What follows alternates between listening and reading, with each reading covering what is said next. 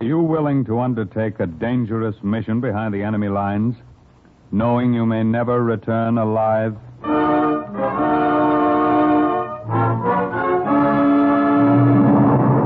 What you have just heard is the question asked during the war to agents of the OSS. Ordinary citizens who to this question answered yes. This is Cloak and Dagger.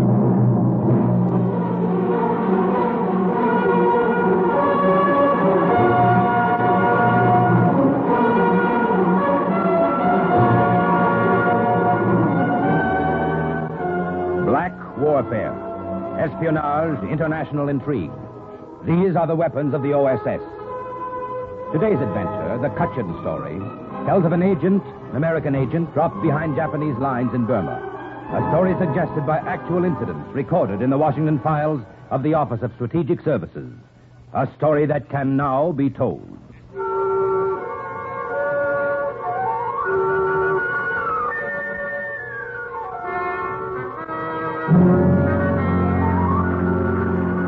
The sky hangs low over Burma.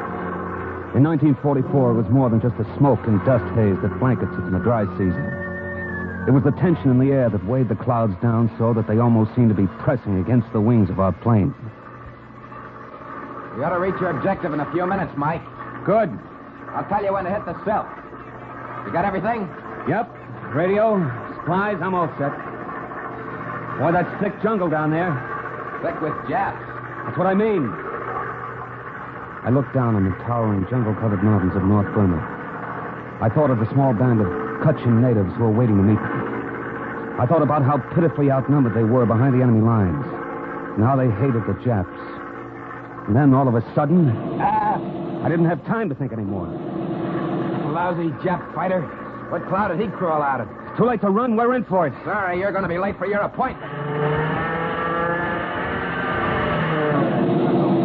Brother, what I could do with a tail gunner now. Hold on to your stomach, Mike. Going to see if I can loop and get behind him. Oh, he's still on our tail. Yeah, he looped right behind me. He hit our engine. On fire. Lousy. Yeah. Nice work. You got him. How bad are we hit? We all make it. Better try to belly land. Can we jump? Too low for that. Hold on. Watch those trees. I can't pull her up, Mike. I can't.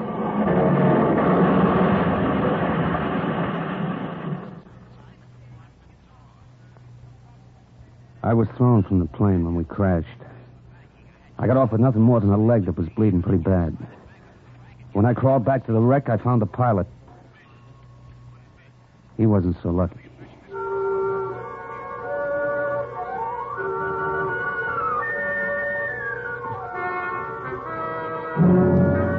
I started to run. I didn't know where I was going, but I started to run anyway, through the bamboo thickets. My leg was throbbing with pain, and I tripped. The pistol dropped out of my holster and disappeared into the high grass. I didn't have time to look for it. Somewhere to the north were the Kutchins. I had to get to them. This was headhunter country. In those days, Japs paid high prices for American scalps.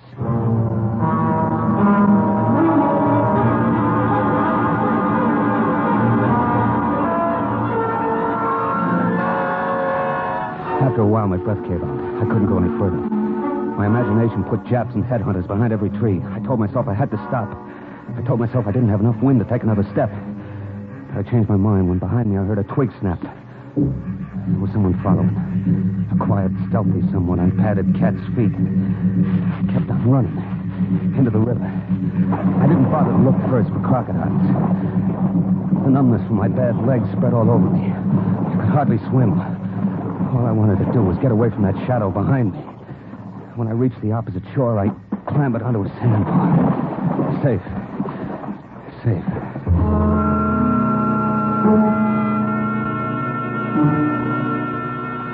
Then I looked back. I saw that tireless shadow emerge from the bushes and flit silently across the river on a fallen tree trunk. My lungs were ready to burst. I pulled myself up again and fell over some roots and waited. Waited for that shadow to catch up with me. I just lay there and waited.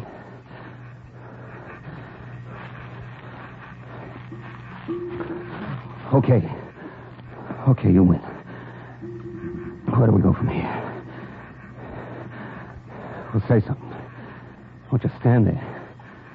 I probably won't be able to understand you, but say something anyway. A half-naked warrior just stood there staring at me, saying nothing. I'd have given anything to have had my gun back again. And all of a sudden I did. He just reached down and handed it to me. Hey, I don't get it. What's that card you're holding? Follow this guide. He will lead you to safety. Well, now you're talking.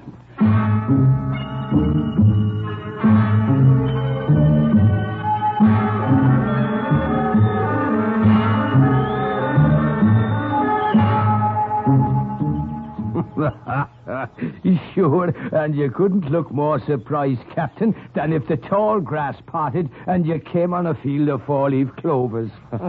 I feel that way, Father. Like you turned over a stone, and there we were. Well, that's about it.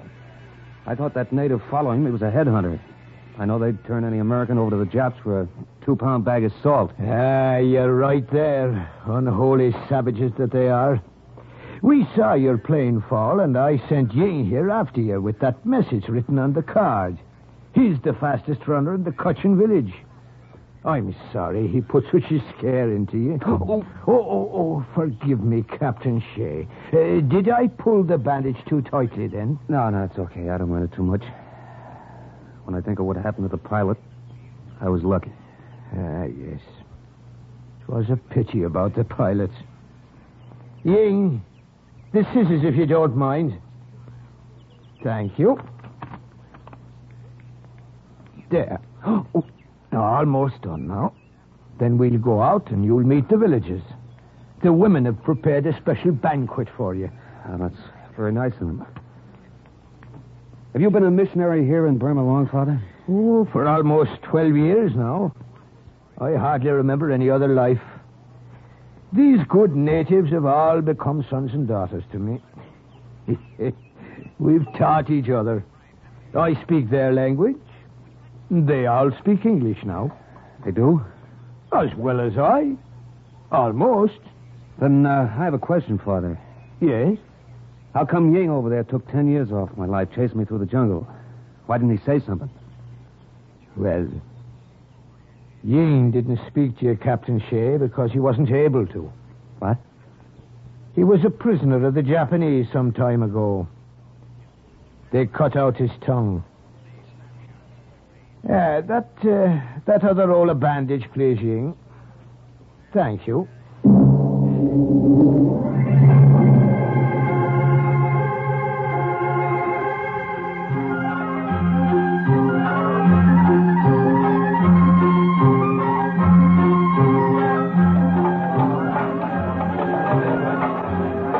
Colleen, put more wine in the bamboo cup for our guest, eh? Yes, I will be happy to. Here you are. What did you call her, Father? Colleen. To make it easier for me, I've renamed many of the villagers. That woman stirring the big kettle is Kathleen. And the other beside her, Bridget. I get the general idea. And your name is Shea. Mike Shea. A good Irish name if I ever heard one. Well, actually, Father, it's Michael Shikalnikov. Would you mind repeating that? Shikalnikov. It's Polish. I shorten it because everybody has trouble pronouncing it. Sometimes I have trouble myself spelling it. I see. Well, no matter. Tell me more about your mission. Well, I was sent by the OSS to establish radio contact, Father, with the Northern Area Combat Command in Burma. Give them any information and help I can. That is, with your help, of course. Ah, yes. Well, you'll find us of great assistance. Immediately after the banquet, you can find a place to set up your radio. So, how are you enjoying your meal? My wife never made anything that tasted like this. Do you like it? Eat well. Let me fill your plate some more. Thanks.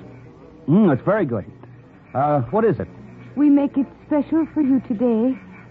White bees we boiled for hours? I guess I've had enough.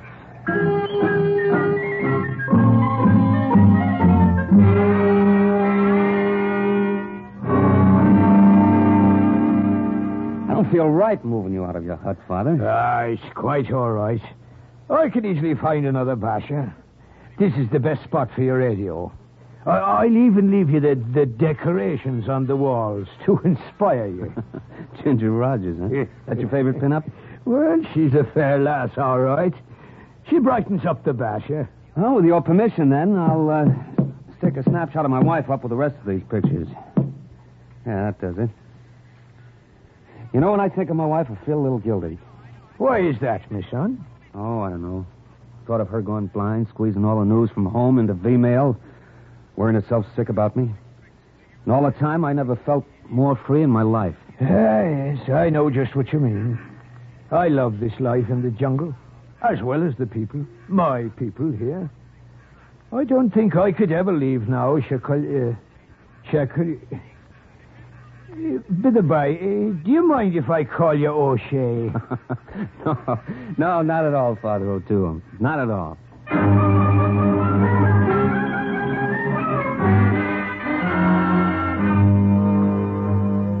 This jungle home was a far cry from the third-floor walk-up in New York and the job behind the desk in the insurance office.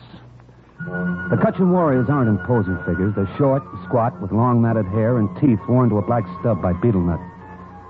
They led a simple village life, eating rice, trapping wild pigs, the technique they also used in trapping wild Japs. But they were friendly, happy people, and life with them was pleasant. Until one afternoon when a report came in on the radio. North Area Combat Command to Agent Shakalnikov. Agent Shakalnikov of the OSS to North Area Combat Command. You're coming in clear, awaiting message. Come in. Over. Capture of Jungle Town of Michina and its airstrip is vital to aid Allied advance in Burma. Battalions of American marauders will attempt capture. They will rely on your help to get them through the jungle. Over. Agent Shakalnikov to headquarters. Have a small band of Cutchins organized. We will do what we can. Awaiting further instructions. Over. Other native armies under OSS leadership have been alerted. Stand by. Stand by. This is imperative.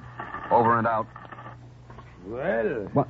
Oh, Father O'Toole, I didn't see you standing there. You heard? I heard, O'Shea. This is a big push, all right. That airport at Michina could mean success or failure of the whole American campaign in Burma. I'll get our warriors ready. In the meantime, there's nothing we can do but wait for orders. That's always the worst part of it. Wait.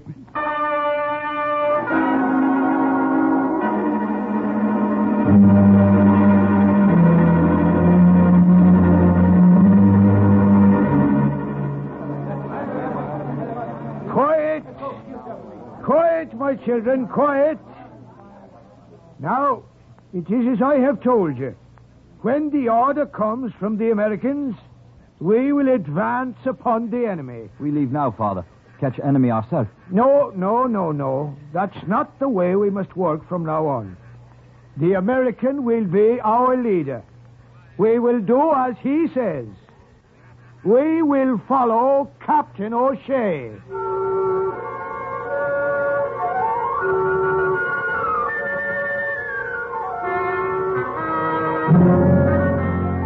North Area Combat Command to Agent Shakalnikov in Burma.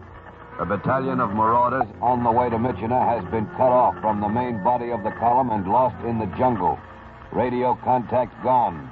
Find them and supply reinforcements. Over.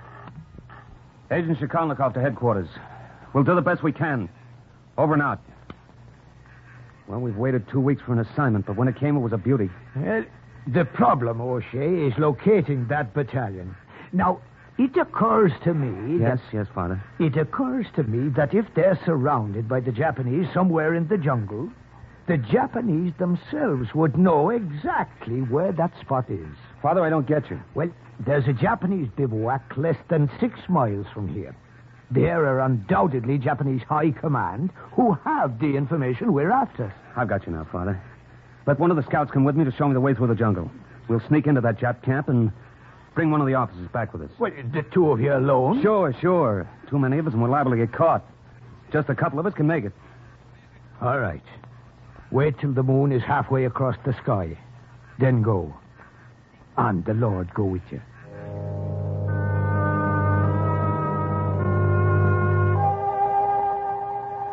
When the moon was halfway across the sky, the scout and I set out.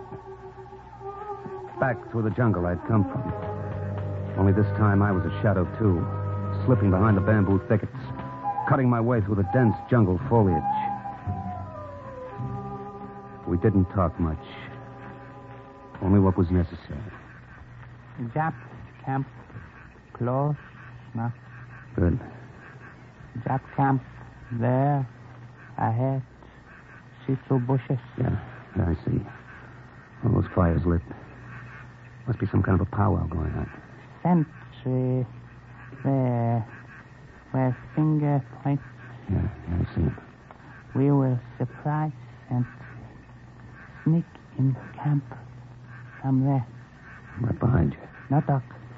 Quiet. No talk. Noise. Bring many traps. Okay, through the bushes. Follow me.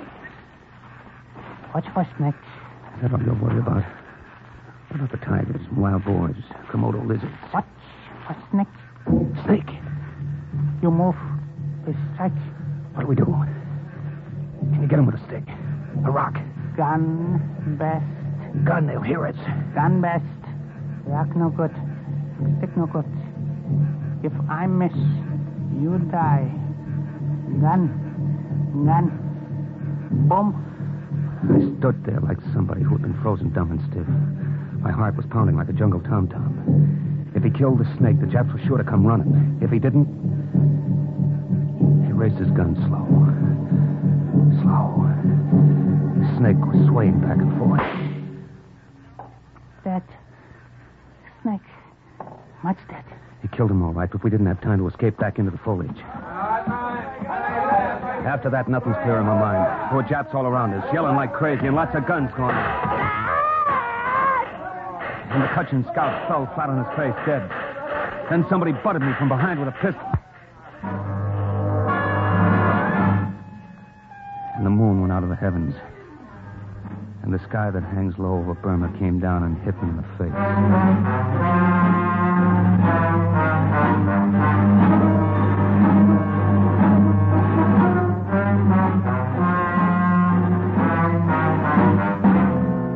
Wake up, American. Wake up. What? Huh? What happened? Oh, my head. I am Colonel Haiichi of Japanese High Command. I regret that we were forced to render you such stormy welcome. Colonel Haiichi, eh? You speak English pretty well. Massachusetts Institute of Technology, Class 37. DeWitt Clinton High School, the Bronx, Class of 33. We will get along well, I think, if we make a little trade. What kind of a trade? Your life for little information. I see. The American marauders. I want to know their numbers, their positions, their objective. I don't know. If I did, I wouldn't tell you. God. Oh. That whip was sample.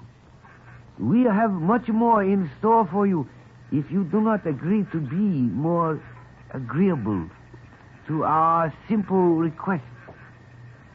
I give you 24 hours to think it over, American.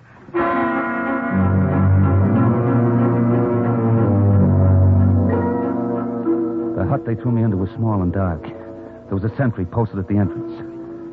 What I remember most about those 24 hours was the heat. Wet, sticky heat that made my skin crawl and my lips dry. It was a cute trick of the MIT graduate class of 37 to let the water drip from a pipe right outside the barred window. After a while, it begins to get you when you're thirsty. You, get up. Get up. Huh? Colonel Haiichi, see you now. Up, American. Up. Okay, get your hands off me. What's that? Stampede. Elephant. Oh. Good work, Ying. Good work. That's one less Japanese to worry us. Father O'Toole, where'd you come from? What is this? No time for long explanations now, lad. They outnumbered us 50-1, and we needed heavy ammunition. Elephants were the heaviest we could find. Yeah, but how did you... Well, when you didn't come back, I sent a runner. We found the body of the scout. Come, we must leave now. Yeah, but the information I came to get. Oh, that. We'll take it with us.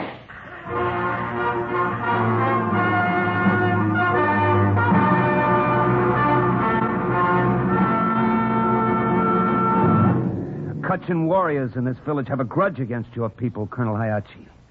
Why? You cannot frighten me, American. You get no information from me. Shoes on the other foot now, huh? So it would seem. Ying. I'd like you to meet Ying, Colonel Hayachi. Some months ago, he was a Japanese prisoner. His tongue was cut out. I'm going to turn you over to Ying. No. He can ask you questions his own way. Go on, take him. No, get him away from me. I will tell you what you want to know. I will tell you where we have surrounded Lost Battalion. I tell you where they are. That's more like it. Start talking.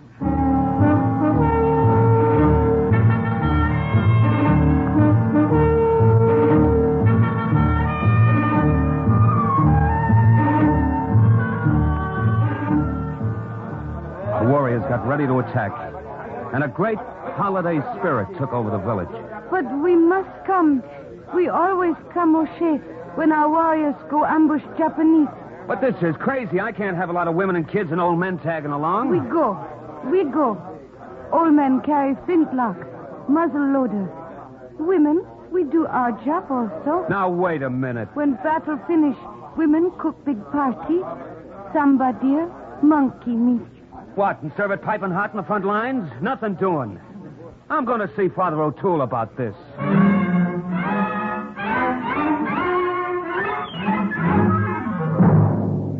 You have your troubles, I have mine, O'Shea. But we can't let that whole tribe come along. This isn't kids' play. They'll come whether you like them to or not, O'Shea. They always do.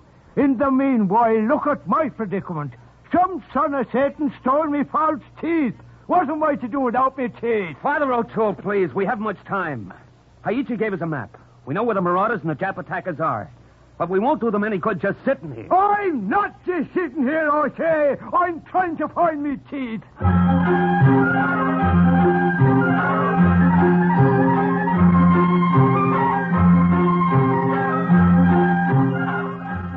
The whole village went along, whether I liked it or not. And Father O'Toole came along, too. Without his teeth. The Kutchin warrior knew the back trails of the jungle as well as I knew 42nd Street. Ying seemed to be the leader, and he led us through little-known passes along hidden underbrush, closer and closer to the spot where we knew the Japs had the American battalion cut off, helpless, just where they wanted them. No one made a sound. And Ying held up his hand. What is it, Ying? This junction of the two trails. He's not sure which one to take. That's it, Ying, isn't it? Well, why don't we split up? Half of us go one way and the No, other. there aren't enough of us. The Kutchins have their own methods.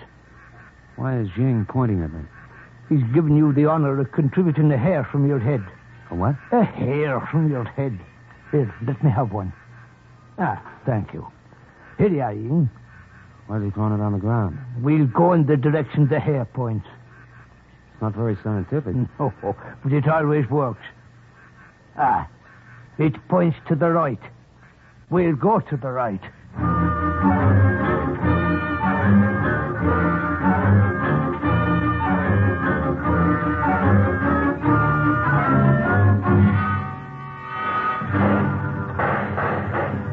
You're right, Father O'Toole. It did work. Here are the Japs. And there are the marauders dug into those foxholes. Yeah, they're surrounded, all right, poor lads. No wonder they held out this long. Our business, then, is to attack the enemy from the rear and give the battalion a chance to hit back. We can't attack them. There's too many of them. We'll have to ambush them. Yes, true. If only I had me teeth, I could think better. Ying, some of you others, come here. Listen, our only chance is to draw them off from the left. There's a clearing there. It'll give the marauders a chance to get out of that encirclement. We chase Jap soldier up here. We set trap for them. That's the idea. Panji! We make Panji! Panji? What's that? Hey, you want a trap set? Watch. You're about to witness the Kutchin secret weapon. What are they doing? They're whittling those bamboo poles to sharp points. Then they'll stick them at a slant beneath the underbrush on either side of the trail. When the enemy passes, our warriors will fire, and the Japanese will dive to the sides. I get it, and cut themselves to ribbons. Very effective. Very pretty. The natives worked quickly, the women helping them whittle the bamboo to razor points. When everything was ready, I took a few of our men to the left flank, and we fired. And they ran right into our trap. Very effective. Not so pretty. They committed mass harikari all along the trail. That's all there was to it.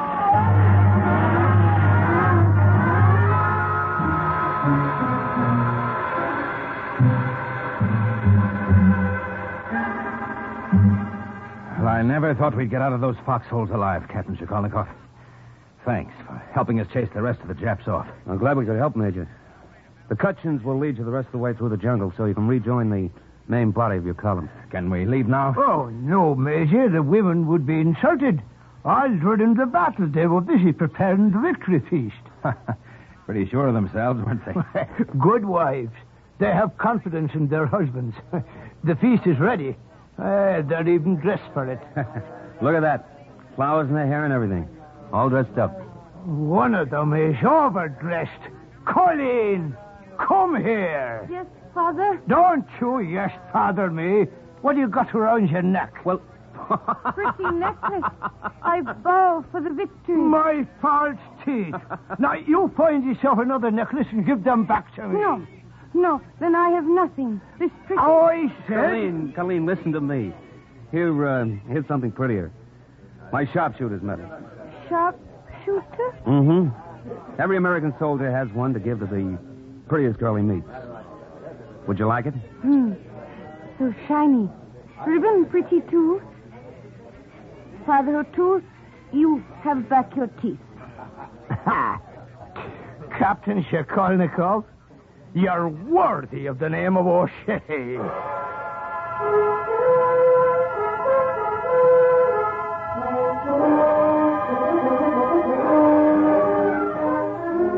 The capture of the vital airstrip and the ultimate conquest of Myitkyina was due to the combined efforts of the marauders who attacked it and the Kutchin warriors who helped them and harassed the enemy all along the way.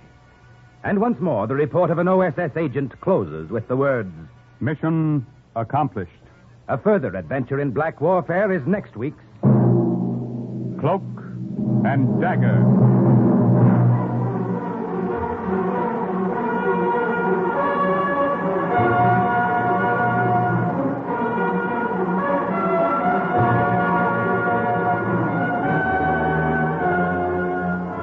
Heard in today's Cloak and Dagger adventure were Raymond Edward Johnson, Carl Weber, Bill Quinn, Joe Julian, Everett Sloan, Inga Adams, Jackson Beck, and Jerry Jarrett.